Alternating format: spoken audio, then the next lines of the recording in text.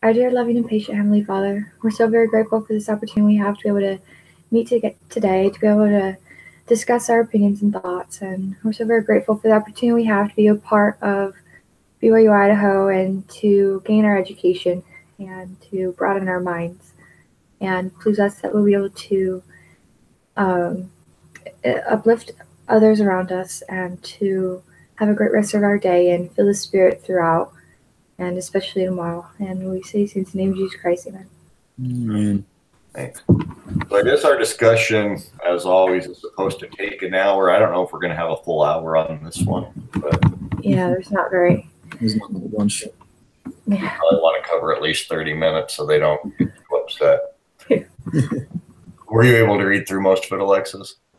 I did. Okay, so I finished reading it this morning. So I'm so tired because I went to bed at like 1 o'clock yesterday because we had a family outing thing. And then I was like, crap, I didn't finish reading it. So I woke up and finished it today. It was a lot of stuff about drugs and I didn't understand it all. And so I was like, okay. Did you go through the questions at all? Oh, is that what you're referring to? Well, no, I was just wondering if you did, because that's what our discussion will be, is that I just got on this morning. I did it on Tuesday or Monday, and I went through the questions, but I just looked today at what our discussion is, and all it is those questions. Yeah, there's not a lot to talk about. That's those 7 questions, so we can jump right into them. All right. So I'll start with you, Steve. What do you think Armstrong's legacy is? Well, I would say as far as his legacy, I mean, obviously I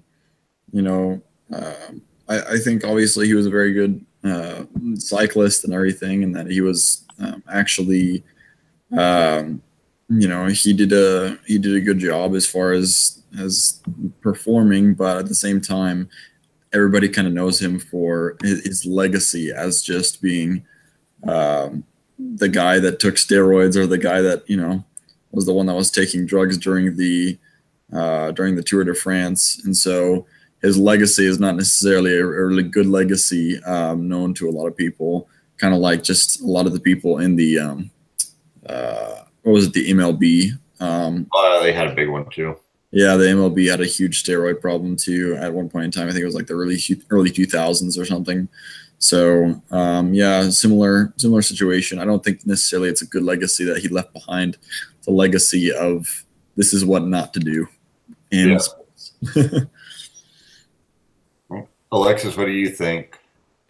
So I always have like a terrible memory, and so for some reason when I first saw what the title of this case study was, Lance Armstrong, I'm like, wait, isn't that the bicyclist who took drugs? Like, I couldn't really remember, but that is all I remember about him.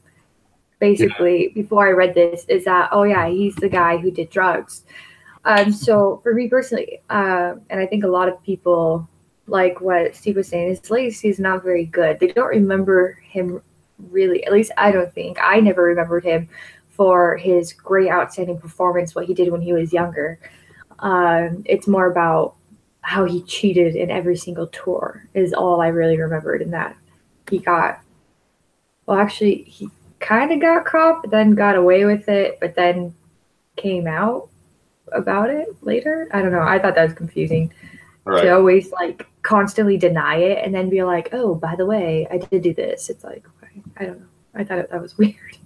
Yeah.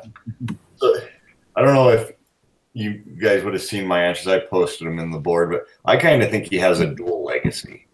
Like, kind of like what Steve mentioned, he was still great at what he did, and he won 7 straight. And where I come with a dual legacy on it is he completely cheated. But as the reading said, in the years that he won, which was 7 years, 20 out of the 21 people who finished in the top 3 have now been caught for doping. So where he said in the article, I feel that it was a level playing field, there was really some truth to that. Like, if he hadn't won, he would have been replaced by people who cheated as well. And so it was a systematic mistake of the entire sport. And had he never cheated, we wouldn't know him as a cheater. We also wouldn't know who he is at all. Mhm. Like, he wouldn't have a legacy at all. He'd be some unknown person. That is true. I also thought it was interesting whenever it was on that part of the article that he was saying basically like he looked up the definition of cheating, or like, you know, he was looking up all the definitions for it, and he was saying, yeah, like if, you know, it's not giving yourself a level playing field, just like you were saying, then, and he told himself, he's like, that's not, I don't see this as a problem here, because yeah, first of all, other people are doing this, other people can do this as well. Definition of cheating, yeah, giving somebody an unfair advantage, and he's like, well, everybody can dope, so he's like, that's not necessarily like right advantage there. So yeah, so I think it's just a bad systematic error of cycling. They made it so if it wasn't Lance Armstrong we're talking about today, it'd be some other person. It'd be the other person who did the same thing because Lance Armstrong didn't do it. Were you guys aware that there was so much doping going on in cycling? Because I had no idea until I read this. I didn't know it was that huge of a thing. I knew it was when Armstrong was there, but what surprised me was reading in the article that it went all the way back to the early 1900s. And so clearly they just weren't doing anything about it. Yeah. And I think it would be hard though, because it talked about in the case study something about how it was almost required of them to like go faster and be better and have like greater times, and it made it sound like that they were almost saying that like the people who are watching it wanted more from this sport, and so that was the only way they could think of to do it. yeah, Do you guys get that impression? yeah, and it's interesting you mentioned that because as Steve mentioned baseball, theirs was about 20 years ago. The real interesting thing was that baseball's popularity was waning and getting smaller and smaller. And then all of a sudden we had a period of time where home runs just went through the roof, which is the most exciting part of baseball. And two things played into it. One, steroids were being used all over the place, and the league was not doing much to stop it. They weren't testing that often. And then the other thing is they used to make the baseballs, I believe, in Costa Rica, or it might have been the Dominican Republic. It was one or the other. And then they switched locations, and the new location was binding the ball tighter together, which made it so that it would pop off the bat easier. Oh, so that would be considered cheating, kind of like football if you deflate it? Well, no, because they weren't doing it. Like the league was the one doing it, so it wasn't really cheating, but it kind of showed how much the league wanted home runs to go up. Oh. Which shows why they also probably weren't testing very heavily for steroids. They wanted more home runs. That makes sense. They want more home runs. They just want more viewers and everything like that. Yeah. So with cycling, same thing. It made it more exciting to say, look at these times. Mm-hmm. Do you know if they've ever had a steroid problem with like soccer or? Well, I assume they've had it for football before, but yeah, like soccer, or, like I guess golf wouldn't really help. No, basketball has them. I would assume every sport has some. Yeah, some sort of steroids that they used before. Okay, just had some, and I don't know if it's as huge as cycling, but I agree with Jeff. I'd imagine that every single sport there are people who do steroids. Well, and it's different for each sport too. Like baseball is a complete muscle steroid. There's different kinds of steroids. Oh yeah. So this tells me how much I know about drugs. Like with cycling, it never got too much into what the types were, or I missed it if it did. But I would assume they're a lot like what they would use in tennis or in soccer, where you're not looking so much for a muscle steroid, you're looking for an endurance steroid. Something that allows you to perform for a longer period of time without having a letdown. Okay, because I'm not a druggie, but I had oral surgery last week and I had to take some steroids for it. So I just assumed that it was just like a pain thing, like to help with Painkiller. the pain. Yeah. Yeah. I didn't know that I'm there was not a big expert either, but like baseball, they use what's called HGH, and that's football as well. And that means human growth hormone. It's just to make your muscles explode. Okay, and that is a type of steroid. Yeah. Oh, okay. I thought that was like its own like classification of a different kind of drug. That makes sense. Okay, well, we can move on to the next question. Alexis, I'll start with you on this one. Armstrong organized and led what was perhaps the most sophisticated and comprehensive cheating program in the history of sports. Who suffered from his cheating and what were the costs? Well, I felt like he, to a point, everyone, I would say, kind of suffered from his cheating. His fans suffered for the fact that they thought he was so amazing. And then when they found out that he did cheat, they were so devastated and so pissed with him. And then also his own team members suffered from the cheating that was going on, since I think it was at the end, one of the guys was talking about how he wished he hadn't done it or something like that. I don't remember how the exact reading went, but he wished he hadn't done it, or that he knew to get out of it and get out of cycling beforehand. So I felt like his teammates also suffered from getting involved in that. Armstrong's like doctors and other colleagues that were supposed to help the cyclists also suffered, because some of them were dragged through the mud when they came out and said something against Armstrong, and then he also suffered. I would imagine his family life situation suffered as well.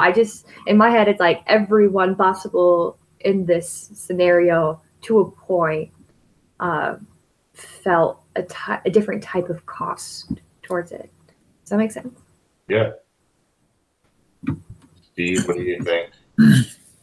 So I think that one of the things that I think is really interesting when it comes to just using steroids in sports and everything like that is the fact that you're making history whenever whenever you win something. And so I believe, was it Lance Armstrong? He won like 4 times or something for the Tour de France. 7 in a row. 7 in a row. Okay, yeah, so 7 in a row. And just the fact that that he was an all-time, that he was an all-star basically for the Tour de France. And that is left in the history books of like, it's like, should that be counted? Should that be not counted? Like what should be happening here with the history books?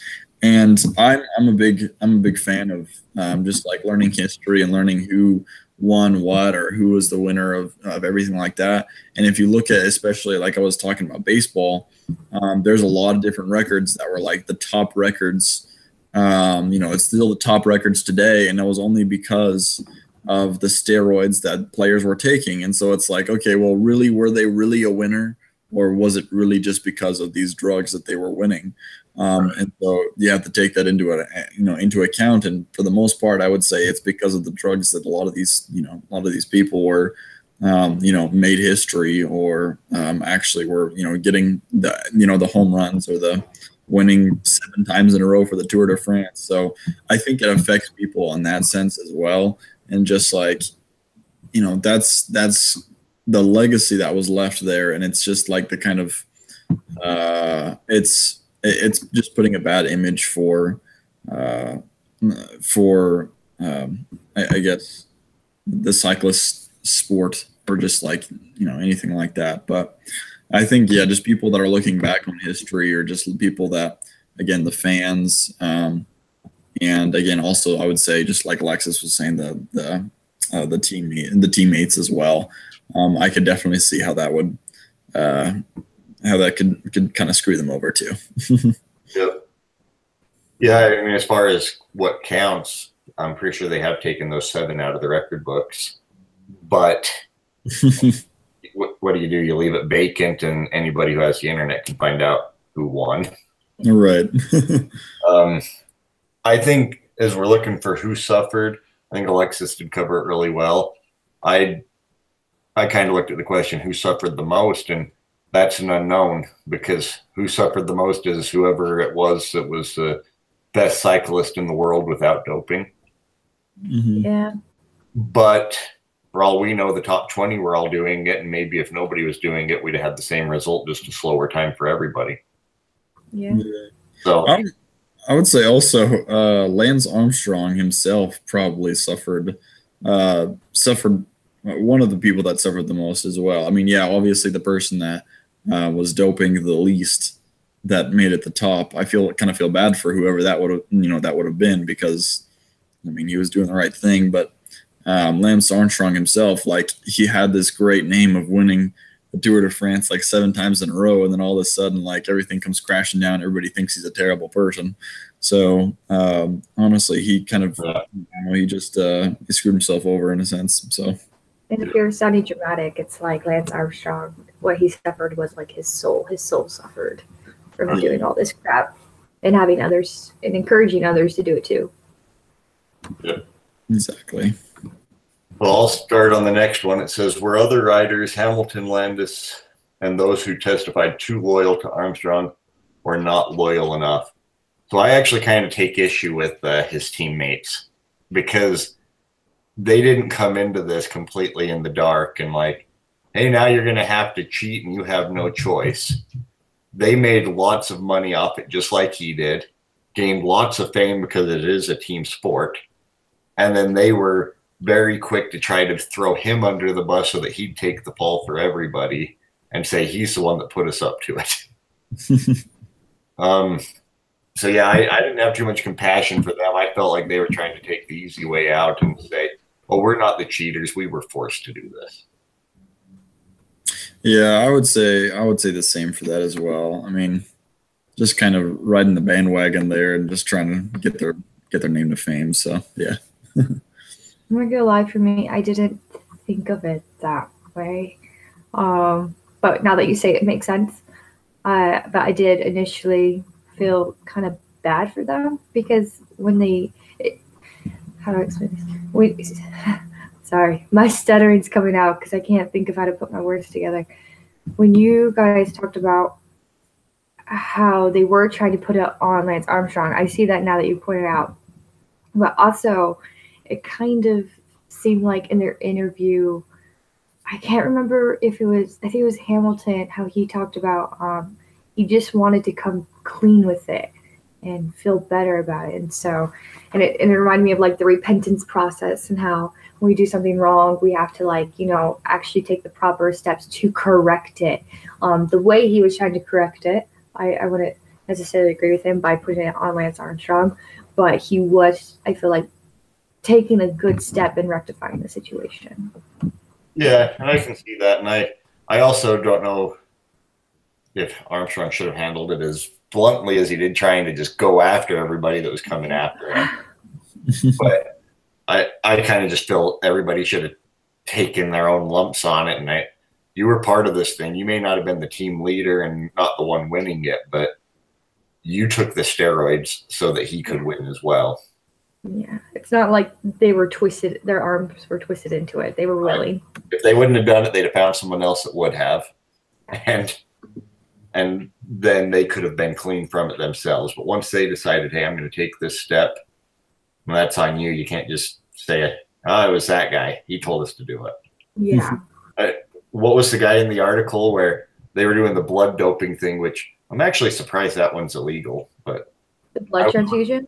I wouldn't do it myself, but taking your own blood out and then somehow you add it back in later. It didn't even sound like they were doing anything to the blood. Yeah, this might sound awful to me, but I actually thought when I read that part, I'm like, oh, it's kind of clever. Yeah. So I'm like, it's not drugs. But it was completely illegal. They all knew that was against the rules. And he invited the one guy to come stay at his house for 2 weeks to make sure the refrigerator never turned off. So that oil. But the guy completely knew what he was doing. Yeah, that was Landis. Yeah. Yeah, I'm bad with reading comprehension. So they're all, to me, Lance Armstrong and his minions. Yeah, pretty much. That's how it works. Each one, I don't know which one they did, but yeah. I just remember because I read it this morning. So that's why. I wouldn't have remembered the next paragraph after I read it. I just know Lance Armstrong because it's such a famous name, so I can keep that one straight. Yeah. I used to always get confused with Lance Armstrong and Neil Armstrong, like two completely That's exactly different what I was saying. Right before we started the call too, I was like, is that connected to Neil Armstrong and Buzz Aldrin? I was like, no, I think that's somebody else. Yeah. That probably would help in space travel too. Like, yeah. Maybe Neil Armstrong was taking drugs as well. Yeah, that's how he made it. No. That's how he made it. Being the first one walking on the moon because he had an unfair advantage. Yeah. That's funny. Yeah. So moving on, Steve, think about a situation you witnessed a leader, formal or informal, make a decision for others that made you uncomfortable. What was the situation and how did you feel about it? You may not have a personal experience. If you do, though, right? So let's see. Yes, think about a situation where you as a leader, formal or informal, make a decision for others that made you uncomfortable. I don't have a lot of examples for this, but I am thinking of one specific situation. It's not necessarily like a huge formal decision, but basically, so I'm a huge fan of President Trump. I love the guy so much. In fact, I'm wearing my Trump T-shirt today. Nice. I don't know if you can do this too well, but it's pretty legit. But anyways, so there's a lot of things that I like about the guy, but there's very few things that I have like nitpicky things that make me question sometimes. Like there's sometimes that he cusses during his presidency. He hasn't done it too often, but like it's like 2 or 3 times, which is like kind of the first time that this has actually happened in, like, he says it in public. And so at rallies. Yeah, at rallies and everything. And so like it's just like whenever he does do that, I'm just like, oh, dang it. But yeah, there's that, and then there's just like 1 or 2 like tweets that he's tweeted out before that I'm just like, really? Like, I don't think that's the best decision to make that tweet. But I mean, besides that, yeah, I like the guy for a lot of the things that he's been doing and everything. But yeah, just like simple things like that. It's like changing the presidency and changing how the presidents are looked at for the future. So I think that's one thing that it kind of affects a lot of people. Yeah. Well, see, I'm a big Trump fan as well. And yes. At first I was kind of that way. I mean, I didn't support him in the primary. I wanted someone else. But once he won and I started following him a bit, I was like, this is great. And the reason I say it is because I don't do those things. But I remember the George Bush presidency. And every time anything came up, they would attack him, and he wanted to be presidential and he would cower to it. Yeah, that is true. Trump, he just punches him in the mouth and says, I'm going to give you what you're going to get. Really take crap. You're going to take it whether you like it or not.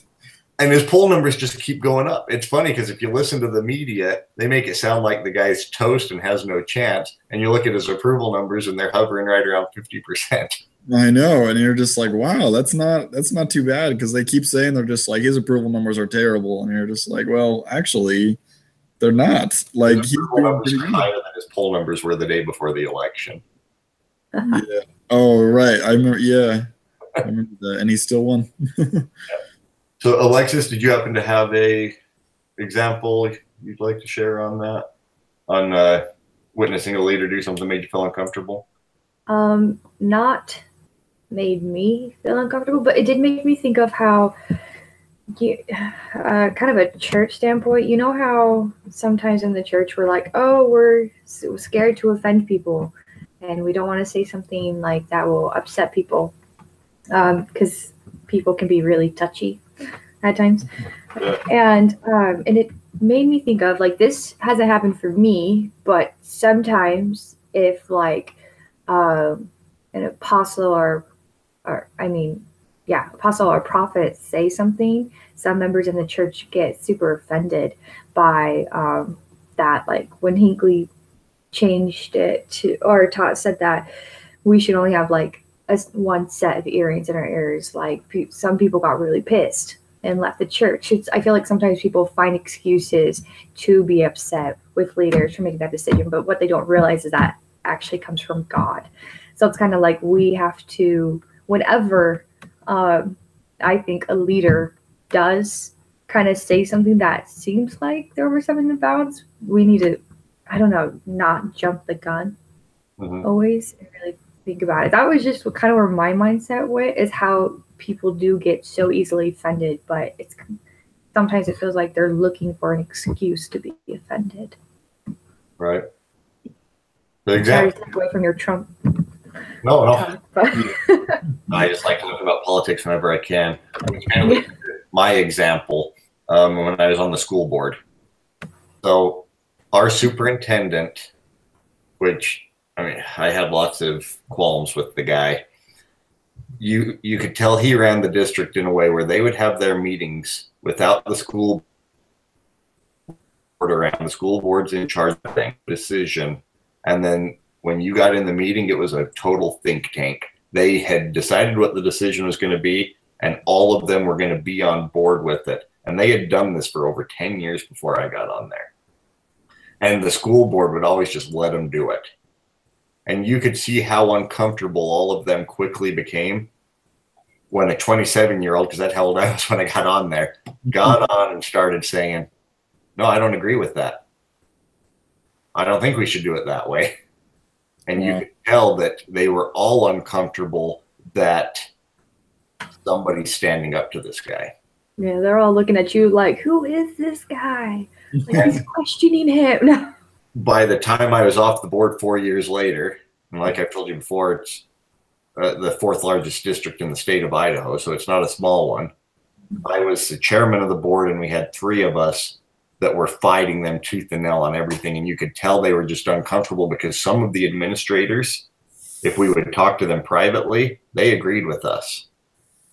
But in the meetings, they would never agree with us, and they took his side every time because they knew that their job was on the line if they wouldn't listen. And then we'd turn around and we were the ones that got a vote, so we'd outvote him anyway. So, but yeah, I saw what they're talking about here all the time with you make a decision for everyone, and it was their job to fall in line, and if they didn't, he'd find somewhere to put them. That's crazy. What school district was that? Was that near Bonneville? Where are you, up in Rexburg? Or? Yeah, Rexburg. Yeah, up until a year ago, I was the chairman of the board there. Wow. Okay, that's cool. That's awesome. Yeah. So I still talk really closely with a couple of them on there that are trying to get rid of him, but they're not having much luck. I didn't have time to stay on, so I didn't run for re-election, and they're kind of mad at me for that. Yeah. Dang. That's so cool. So move on to the next question. Think about a situation where you witnessed talented followers follow a leader into an uncomfortable or bad zone. What was the situation? What were the results? Did anyone object? I guess my example kind of covered that. Does anyone have more examples or more discussion on that? I feel like riots kind of start that way, right? Yeah. And how there's always kind of like a spokesman, like, who gets them all riled up, and okay, they're like, okay, let's go do this. And like, people will sometimes, if they weren't in the middle of the situation and getting their anger and ire all built up, they might actually step back and realize, oh, hey, this actually isn't good. But like, these people who normally wouldn't do that in those kind of situations sometimes get pulled into it so freaking easily. And so they're like, okay, yeah, let's go do that. Yeah. And then it's like, whoa, no, guys, come back, don't do it. But so that's kind of example I can think of. I've never been in a riot, thank goodness, but the thought of one terrifies me. But I'm hoping if I ever get caught in one of those situations, or I had another thought. In the scriptures, with, I forgot the exact leader, but I feel like this happened a lot in the scriptures of how one leader would build them up to go kill someone or take over, follow them, and they just would, because Satan's good at what he does. And when you're in those situations, sometimes you lose It's kind of like if you're in a bad situation, you're not in the position to like listen to the spirit. And so it's not that the spirit left you, it's that you're ignoring it. And so then Satan whisper to you very easily what to do. So. I think, yeah, definitely. Not gonna name names here, but there's a specific politician that didn't win an election recently, and basically, the main slogan that they would use that this person used after they lost the election was #resist. And that was the whole movement. Is like, you need to resist this presidency, you need to resist everything. I think y'all know who I'm talking about here, but you need to resist everything, and you can't let this person win anything, because it's just gonna be terrible. So #resist, do all you can to resist. And so people were actually taking that to heart and going out and, just like you were saying, Alexis, like they were rioting, they were going and, they're starting up all these anti-presidency groups. And it was just not a good situation, honestly. Like there was just a whole lot of different like flag burnings, like, just a lot of bad stuff that was going on, just because that was their main slogan, was just to not accept the results, in a sense.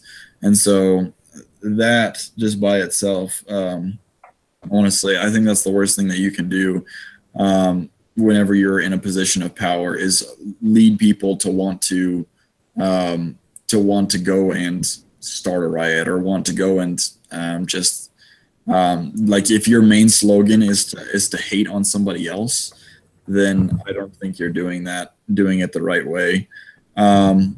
Yeah, one thing that I do want to mention, one thing that I do like about politics, obviously I'm very politically motivated for a lot of different things, but I do respect, even the ones that I don't agree with. I do respect the politicians that go out and their main goal is not to hate on everybody else, but their main goal is to lift people up instead of to tear them down. So there are people that I don't agree with whatsoever in politics, but as long as they're not like continually just trying to hate on everybody else, or continually trying to just attack somebody, then I like them a lot more. I like them a lot more because of it, or just people in general. Whenever you're trying to build somebody up, even build politicians up or whatever, instead of tearing them down, I think that's the best way to go. So, yeah. In a couple of years, we won't have to worry about those riots, because half the people that were rioting will have jobs that they didn't have the time before. That's true. So I should limit the rioting. Yeah, when Alexis was mentioning the riot thing, what came to my mind is leaders. You can follow somebody into a situation, and that leader may not have bad intentions, but one that comes to my mind a lot is Martin Luther King Jr. He was peaceful. His point was to be peaceful, but a major mistake he made, which led to a lot of the problems that happened right around there, including leading to his assassination, is he organized such a large march that you're going to get some bad apples involved. Yep. Even though your intention wasn't to cause problems, some of them are. And so that's where, when it comes to protesting, I'm all for it, but if I'm going to organize one, you probably want it to be a little lower scale, or something not in such a dangerous way where there's a chance for things to go so wrong. Yeah. I definitely agree. So let's see, what basic principles guide your integrity? Are there times when there is a gray area, and how do you choose correctly? Any thoughts on that? Well, I think obviously the church is a big one, so that kind of guides my principles and just like a lot of my views on different things. Yeah, I think just choosing correctly, I just go off of what I think is morally right. I know there's a lot of people in the world today that that kind of disregard a lot of just standing up for moral principles and everything like that, because they don't believe, they're either atheists or they just don't believe in the same things that we believe. And, that's fine. They can believe whatever they want. But just as far as myself, I think, yeah, the church is definitely what helps me to guide me in the right direction. Yeah, I think there's gray areas where basically the church leaves it up to you to decide, hey, you can decide which way to go whenever it comes to this and that. And so I guess it's kind of a gray area, but I think as long as you're following the principles of the church, I don't think you're going to be led astray. So, yeah. What do you think, Alexis? I agree completely with Steve. Once you start talking about the church, I can't think about anything else besides the church as that. So, because for the first one, what basic principles guide your integrity? What I have learned growing up through the gospel, that's what guides me. And then are there times when there's gray area? Let's see. Yes, but I wasn't thinking gray area when Steve talked about how the church kind of leaves things for us to interpret ourselves. I didn't consider that. I was thinking like there are times when there's gray area if I didn't uphold my principles or integrity. And I would still say yes, because I am human. I'm not perfect, nor is the world. And so, but we strive to do better. And then how do you choose correctly? I know this is really cliche, but sometimes I will legitimately ask myself, like, what would Jesus do? And so, and then also I try to keep in mind, it sometimes creeps me out when people say, oh, like, you're always being watched, like someone's always watching. And I'm like, oh, I want someone to always be watching. But it's true. So I've been trying to be better about constantly doing good, because you don't know who's watching. And we want to be that examples for those who are observing us. And because when they observe us, they compare or they relate us completely with the gospel in the church. Like it's kind of example, even though the gospel is perfect and we aren't. Yeah. So a thought that just came to my mind on it, because I agree with you guys on that there is a gray area, but I kind of think gray areas may be created based on a situation presenting itself where we aren't in tune enough to know the will of God.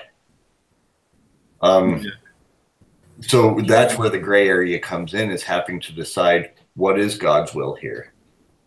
And an example I'd throw out, I mean, you've got the scriptures where there was no gray area on whether or not it was right or wrong to kill Laban. It was white to kill Laban. It was black not to. Like, it would have been wrong for him not to do it. And we kind of think of that as a crazy thing.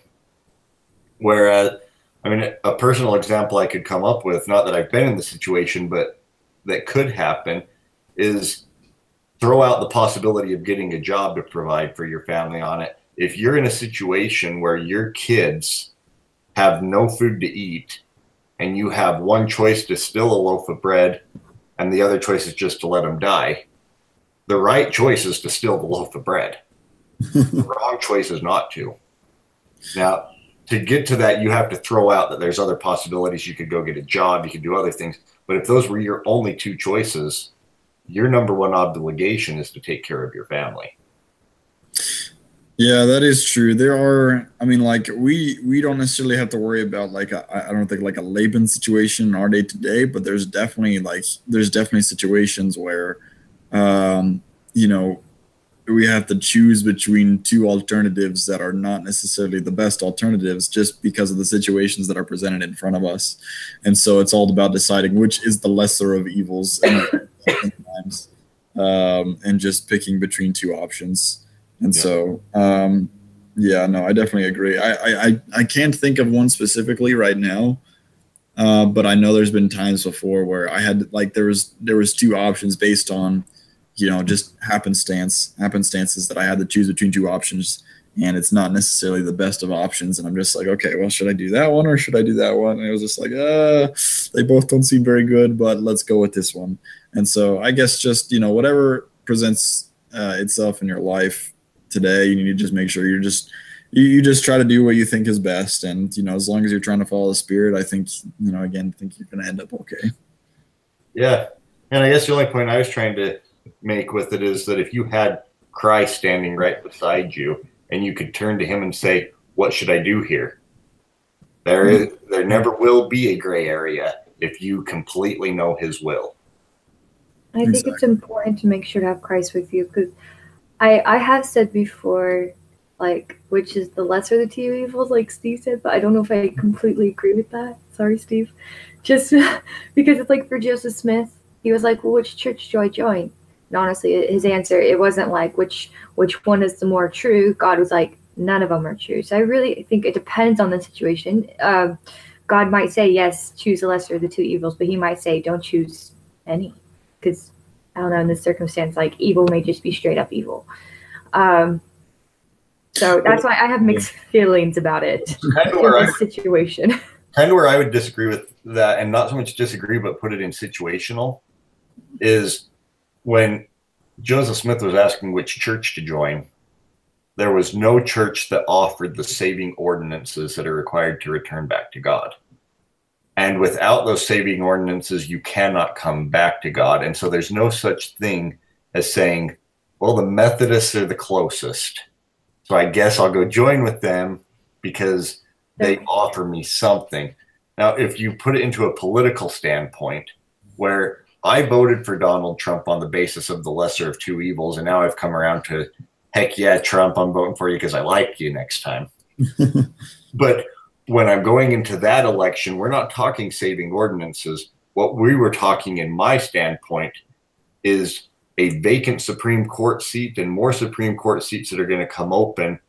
One man is going to nominate somebody that is going to move towards making it illegal to have abortion, whereas the lady running is going to nominate somebody who is going to make abortions more available. I may not like this guy, but if I want the most of God's platform to go forward as possible, he's going to move it forward better than her, even if he's not the best option that you could ever get. And these are my two choices. Nobody else is going to win. That's where I'd kind of take. Yeah, I agree with that. As long as like you are counseling with God. Yeah, right. That's Yeah, what I was trying to say. So. Yeah. So as far as a church standpoint, so yeah, I agree with you and Alexis in the fact that, like, yeah, when it comes to a lot of the things in the church, I think there is definitely, it's not choosing the lesser of two evils, it's choosing the good option, everything like that. Like, to give an example as far as what I was talking about. So, like, for instance, if you were, let's say that you're walking in school and you see one of your friends getting beat up by somebody, you have two options. Number one, if this guy's really aggressive, you could either stay back and just let your friend get beat up, or you could go and you could beat up the guy. And both of them are, not necessarily good options, but, you have to choose one or the other. And, because you don't want to beat up somebody, but then again, your friend's getting beat up. And then there's also just like staying back and being like, oh, I don't want to get involved, but then you let your friend get beat up. And so it's like, it's a tough situation, but I think, you got to make the right decision and just like, okay, well, like, for instance, what I would do is I would go and I would, try to protect my friend as much as possible. I'd go and beat up the guy, at least up until that he's going to stop. It's morally wrong to go and, to obviously to physically abuse people, but in that situation, you're protecting a friend. So that's kind of what I'm talking about. And I know that with Christ, there's always one better option than the other. It's just about finding which one is the best option, if that makes sense. Yeah. So our final question is based on the other article that was listed there to read, which I don't know if this was the third or the fourth class that has asked me to read this same article. how you personally measure your life, how you measure success. I'll start on that. I put down that I'll personally measure my life based on how I feel about myself, my family feels about me, and my God feels about me. Anything else I don't really feel is important for measuring your life. I really like what you said. It made me think of because my favorite part of reading this article was this section that said, "Remember the importance of humility," because it talked about how those, like, the most common trait of those who had the most humility was their self-esteem, like they were confident, but it wasn't like overconfidence to the point when they look at other people and think that they're below them. That's what you made me think of, because that was my favorite part of this article, was the humility part. So for me, how I want to personally measure my life is how I want to portray it in a way that if I feel confident and comfortable, others will as well, and be willing to like come to me if they have questions, and I can actually help them. Yeah. Well, I mean, in that article, one thing that stands out to me is how he was on the national like for Olympics or whatever it was, on that basketball team, and he didn't play the game on Sunday because that was his integrity. That's what he wasn't going to do. And, you know, a personal experience I would share for myself, I'm someone who, where it comes to Sabbath day, that has always been my opinion. You don't play on Sunday. That's what God has told us to do. But 7 years ago, I was on a tennis team here in Idaho Falls. It was USTA. I don't know if any of you guys are familiar with tennis leagues and how it works, but we won the Idaho Falls area. And after you win that, you go to the state competition. So we go over to Boise. We easily beat all the teams in Boise. So we went to a sectional competition, which was 6 different states' top team. We're at that competition, and on my team, there were like 3 or 4 active members and about 10 total people, so mostly not members. And in that situation, we had a couple that couldn't play on the last day. We had 2 matches Friday, 2 Saturday, 1 on Sunday, and I had told them, guys, I can't play on Sunday. I can't do it. But it ended up that there were only 7 people available for the Sunday play, and the winner of that match went on to nationals. And I was someone on the team that won my match every time. I prayed and prayed about that, because they were like, well, if you've got to sit out, we'll just forfeit 1 match. And I got the strongest feelings that I actually needed to play. And I ended up doing it, and I won my match that day, and we won 3-2 and went on to nationals. And the feeling I got afterwards was, I don't think those guys that weren't members are going to remember 15 years later that I had such a hard time deciding. But I had feelings that came to me of, if you don't play, you guys won't make it. And then one of these people, when they are approached with the gospel later on, will have a bitter feeling because of what a member of the church did to them. That makes sense. And I don't think that to this day they even remember that it happened. They probably doesn't even cross their mind. And maybe it's just me justifying it, but I kind of feel like the day's going to come where one of them is going to have an opportunity that they would have just said, heck no, get that out of here. It completely ruined a chance of something I'd worked my whole life for. Also, since you did do it, if they don't think about it or remember it, but they also don't have that bitter feeling to where they do remember bad things about it. So. Right, and that's kind of what I feel it is they probably don't remember it at all anymore, but they would have remembered it the other way. Yeah, that makes sense. That definitely makes sense. I would say, as far as just personally measuring your life, yeah, definitely just like just thinking about if you try to do the best things in your life. There's 2 ways that I measure my own life personally, and one of them is, I don't know, necessarily applicable to the situation, but just being able to be successful in in business, being able to be successful and, in college, everything like that. So there's that type of successful standpoint of just being successful, like worldly successful in a sense. But then there's also the successful as like kind of like what y'all are talking about. It's like integrity based, or just like being successful as in doing the morally right things. I think that's a huge, part of everybody's life here, is that we're all trying to do the right thing. And, that's the way that we're going to be judged whenever we pass on to the next life is, did we do the right things? Did we do what we were trying to, do we do, exactly what the Lord would have wanted us to do? And so, yeah, I look at it like that, but definitely I do want to be successful as far as like, the world, in the worldly aspect of just like, I can be able to support my family. I can be able to support, have a good job and make sure that I'm just, just being successful in my work. So. Yeah. Well, thanks everyone for being here. Do either of you remember who's got next week? I do. You have it?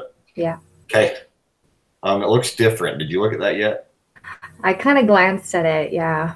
I was kind of joking. I'm like, I would get like the weird one. I'm like, I consider meeting earlier, but I don't know if that's completely necessary or not. yeah. So, And it's always hard with schedules. yeah, I think we should just keep it the same. And if we have to meet for an extra 30 minutes to iron it out, we'll do it. Yeah. Yeah, that's fine. Okay. Well, thanks again. I will get this posted and I'll see y'all next week. All right. Thanks, Jeff and Alexis. Yeah, Yeah. thanks. Bye, guys.